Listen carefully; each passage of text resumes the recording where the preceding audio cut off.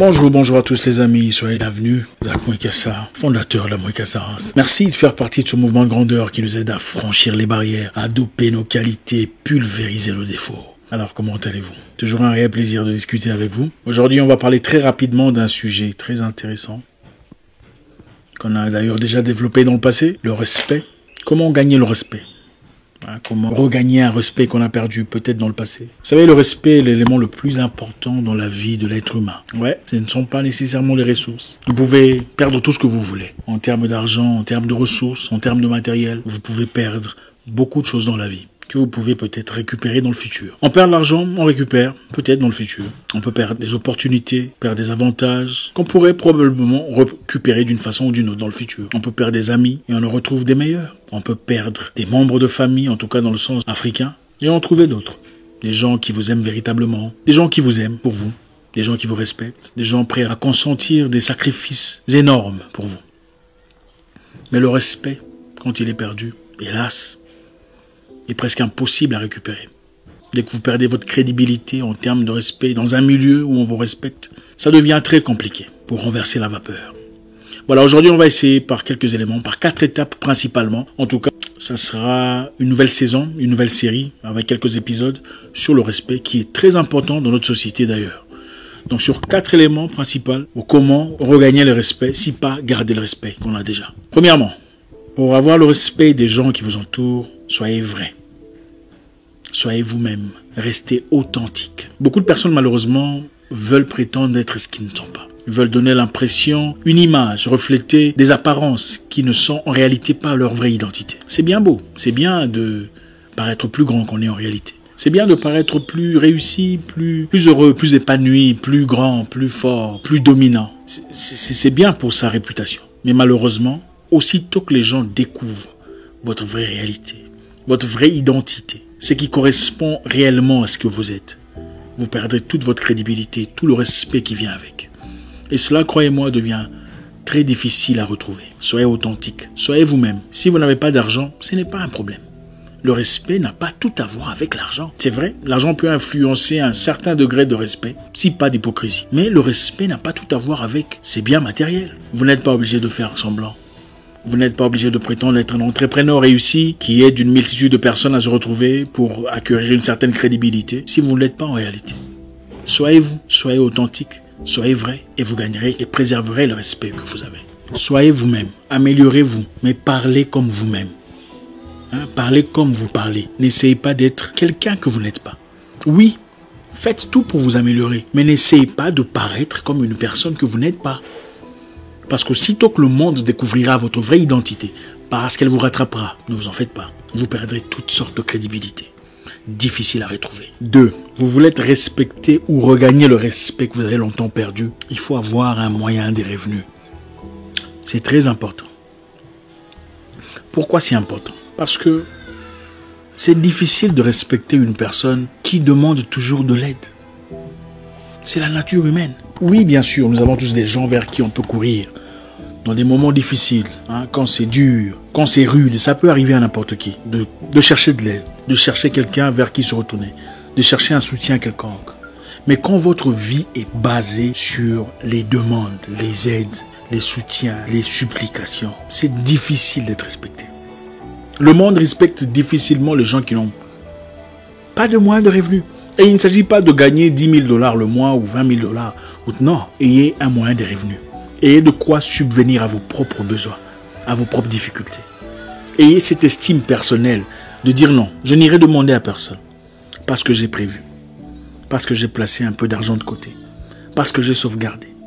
Parce que j'ai réfléchi, j'ai pensé au futur. Avoir un moyen de revenus est très important pour se faire respecter aujourd'hui. Écoutez, nous vivons dans une société où l'argent joue un rôle très important. C'est vrai, l'argent n'est pas tout. Mais même dans des familles aujourd'hui, difficile d'écouter un aîné qui n'a pas des moyens de revenus. Même quand il dit la vérité, même quand il sort des sagesses, ça devient compliqué. Parce que la question principale qu'on pose, on dit, pourquoi n'applique-t-il pas sa sagesse dans sa propre vie? Avoir un moyen de revenus poussera à ce que les gens respectent votre épouse. Okay? Quand vous allez demander aux gens chaque fois, vous pensez que votre épouse peut sortir en public et dire, moi je suis l'épouse de tel. Non, elle ne peut pas. Faites respecter votre épouse. Cherchez un moyen de revenus. Cherchez un moyen de subvenir à ce besoin sans faire recours aux gens. C'est très important. Avoir un peu d'argent pour soi vous donne la confiance personnelle, l'estime personnelle, l'estime de soi, le courage d'exprimer ses pensées, d'ouvertement exprimer son désir, ses idées. Parce que vous savez que vous ne faites recours auprès de personne pour subvenir à vos besoins. C'est difficile de demander une amélioration consistante auprès de votre chef. Si vous courez toujours vers ce dernier pour demander de l'aide, oh j'ai besoin de 100 €, j'ai besoin de 500 €, j'ai besoin de... Il n'y a pas de respect. Pour négocier, il faut avoir un peu de force, il faut avoir un contrepoids. Il faut avoir de quoi mettre sur la table. Mais si vous êtes toujours celui qui demande, qui commande, qui supplie, ça devient compliqué. 4e point sur comment vous faire respecter. Soyez rare. Soyez rare. Ne soyez pas toujours disponible. Oui. Quand quelqu'un vous voit, votre présence chez qui que ce soit doit toujours être nimbée d'honneur, accompagnée de respect. Quand vous arrivez chez les gens, on dit « Ah, Patrick est là. Ah, Fatou est là. » C'est comme ça qu'on se fait respecter. Pas le contraire. Pas « Ah, c'est qui à la porte? Patrick. Ah, lui aussi. Fatou. Ah. » Quand vous appelez quelqu'un au téléphone et que votre nom apparaît, l'interlocuteur doit se dire « Ah, c'est Fatou. C'est Fatou. Ah, c'est Patrick. Pas « Ah, lui encore. » Vous avez perdu le respect. Faites-vous rare. Ce qui est rare est cher. C'est vrai. Le diamant est cher, pourquoi? Vous pensez que le diamant est meilleur que les cailloux? Non. Qu'est-ce que le diamant de particulier? Le diamant est cher parce qu'il est rare. Soyez rare, pas toujours disponible. Quand vous avez rendez-vous avec quelqu'un, un ami, un copain, à 16 h par exemple, et qu'à 16 h 30, il n'est toujours pas là, pour des raisons sans importance. Si c'est un rendez-vous qui ne vous apporte rien de positif, c'est-à-dire rien dans le sens commercial, dans le sens ressources, partez.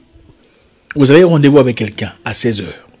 À 16 h 30, il n'est toujours pas là. Si le rendez-vous ne vous apporte rien de concret sur le plan financier, ou sur le plan avantage, ou sur le plan opportunité, partez. Dites-lui, je suis parti. J'avais autre chose à faire, j'espère qu'on se verra encore prochainement. Il sera certes énervé, mais il ne le fera plus jamais. Prochainement, il viendra à temps. Vous avez rendez-vous avec quelqu'un censé venir vous chercher à la maison à 17 h. 17 h 45, il n'est toujours pas là. Quand il sera là, dites-lui désolé, appelez au téléphone. Malheureusement, je ne peux plus. J'avais un autre programme que je dois respecter. J'ai des gens qui arrivent dans 10 minutes. On se verra prochainement. Prochainement, il ne le fera plus. Il sera là à temps. Apprenez à éduquer les gens à vous respecter. C'est votre responsabilité. Soyez rare, pas toujours disponible et mystérieux. 4e point sur comment se faire respecter ou récupérer un respect qu'on a perdu. On ne répond pas à un fou. Voilà. On ne répond pas à un fou. Quand une personne vous approche avec des questions obscures ou sans importance, ou qui ne tiennent pas debout, pourquoi vous répondez? Quand une personne s'attaque à vous, que ce soit sur Internet, sur Twitter, par exemple, après avoir présenté une idée cohérente, quelqu'un s'approche de manière très irrespectueuse avec pourquoi vous répondez? On ne répond pas à un fou. Quelqu'un se présente devant vous physiquement avec des idées complètement absurdes. Pourquoi vous répondez? Répondre à un fou, c'est simplement vous lancer dans son jeu et il vous battra dans la saleté dans laquelle il est plus expérimenté.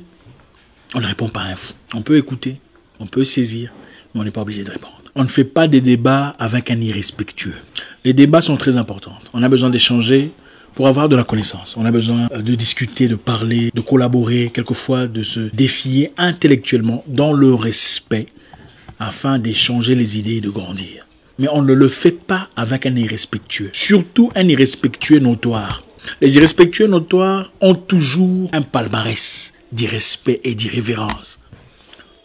Si vous faites attention, vous apprendrez très rapidement leur comportement. Et comment on repère un irrespectueux? Ils sont souvent très émotifs dans leurs réactions, très émotifs dans leurs actions, très émotifs dans leurs réponses et leurs questions et leurs demandes. On ne fait pas des débats avec un irrespectueux. De peur qu'il ne vous emmène dans son zone de confort où il est très habitué et vous salisse. Gardez le respect, gardez la hauteur.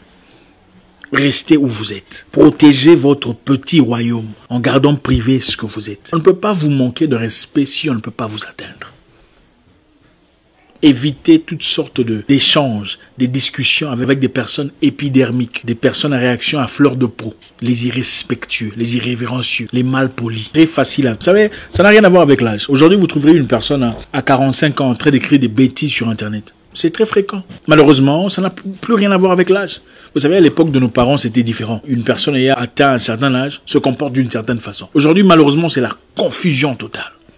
Vous verrez une personne dans la quarantaine, 45 ans, mais en train de critiquer le visage de quelqu'un, en train de critiquer la bouche de quelqu'un. Une personne intelligente fait des critiques sur base des matières intellectuelles. Il fait des citations d'un philosophe, d'un écrivain, d'un penseur. Et on débat sur base de ça, sur base de la science, sur base d'éthique, d'intellect. Mais une personne émotive présente toujours ses émotions. Ah, moi d'ailleurs, tu crois quoi?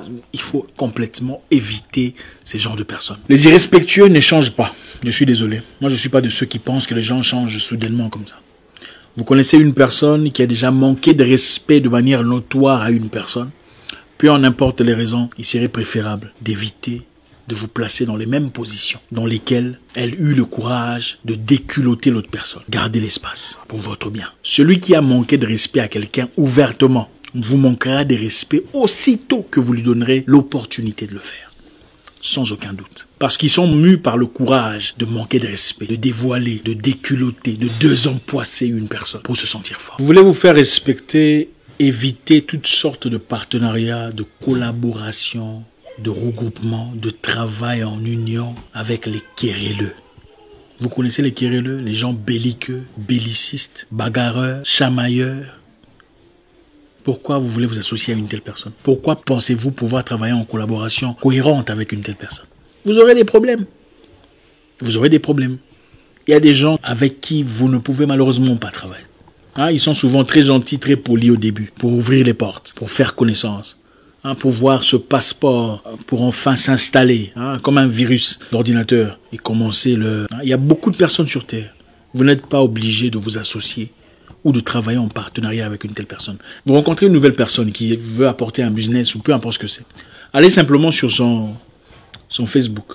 Oui, Facebook vous dira beaucoup de choses sur l'identité d'une personne. Regardez ce qu'elle partage comme idée. Regardez ce qu'elle partage comme vidéo venant d'autres personnes. Regardez seulement ce qu'elle partage. Et vous aurez une idée de sa mentalité. Vous voulez garder le respect, préserver votre dignité. Évitez de vous associer avec des gens querelleux, les belliqueux, les bellicistes. Ils sont mus par le besoin de se comparer aux gens et de le vaincre. C'est leur récompense mentale. Préservez le respect.